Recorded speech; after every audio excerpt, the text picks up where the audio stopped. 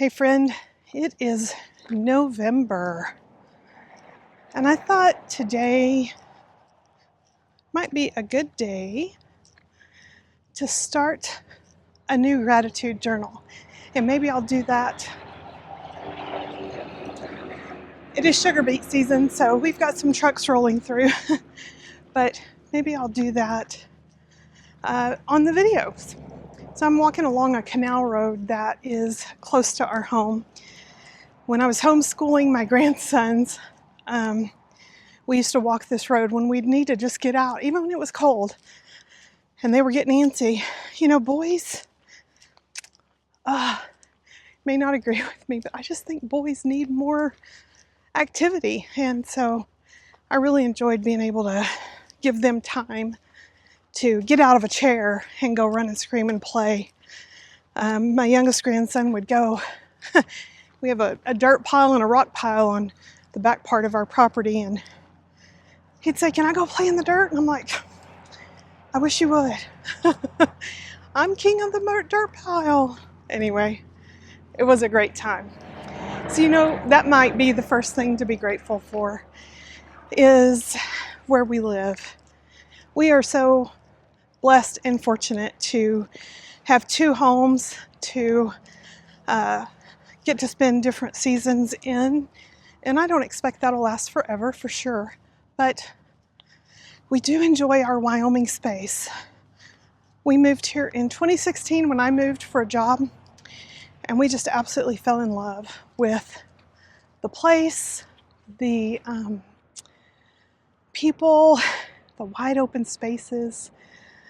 We lived in town at that point when I was still working, and then when I left work to semi-retire in 2022 before I went back, we actually bought this place about 10 miles south of town, and we just love it out here.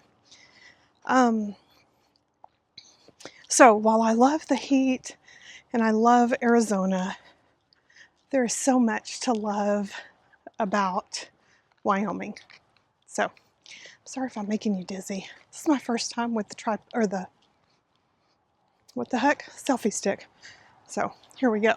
Thinking about homeschooling, I think the second thing I would be grateful for is that time I got to spend with my grandsons.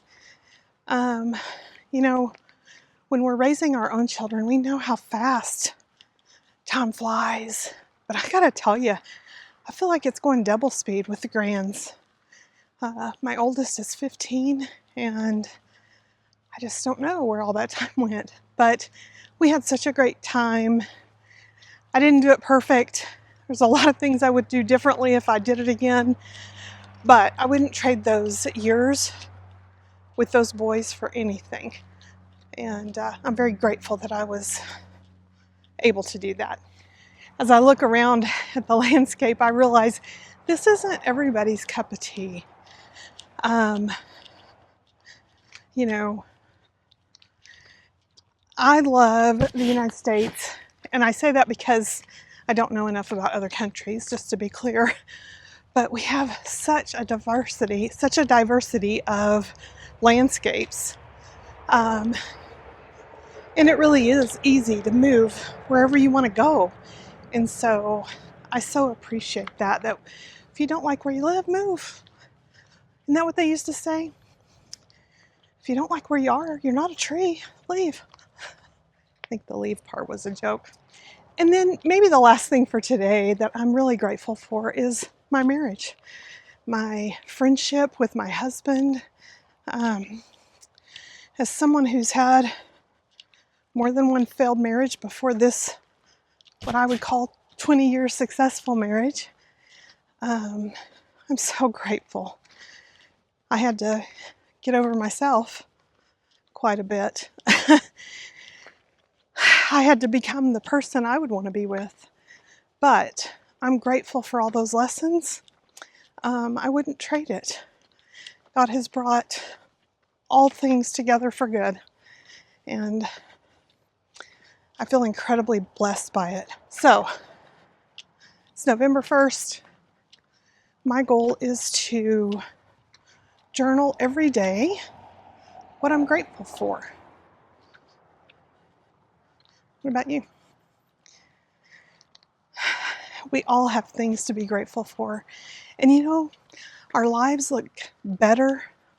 We do so much better when we can actually cling to that. And that doesn't mean we don't experience times of loss, but even in those times of loss or grief, we can say, it doesn't feel great right now, but I'm grateful that one day I'll be able to walk again. So I hope you get to use this month as a month for refocusing on gratitude. Let us know. I'd love to meet you down there in the comments and hear what you're grateful for today. All right, I'm grateful I'm almost at the end. I'll talk to y'all next time.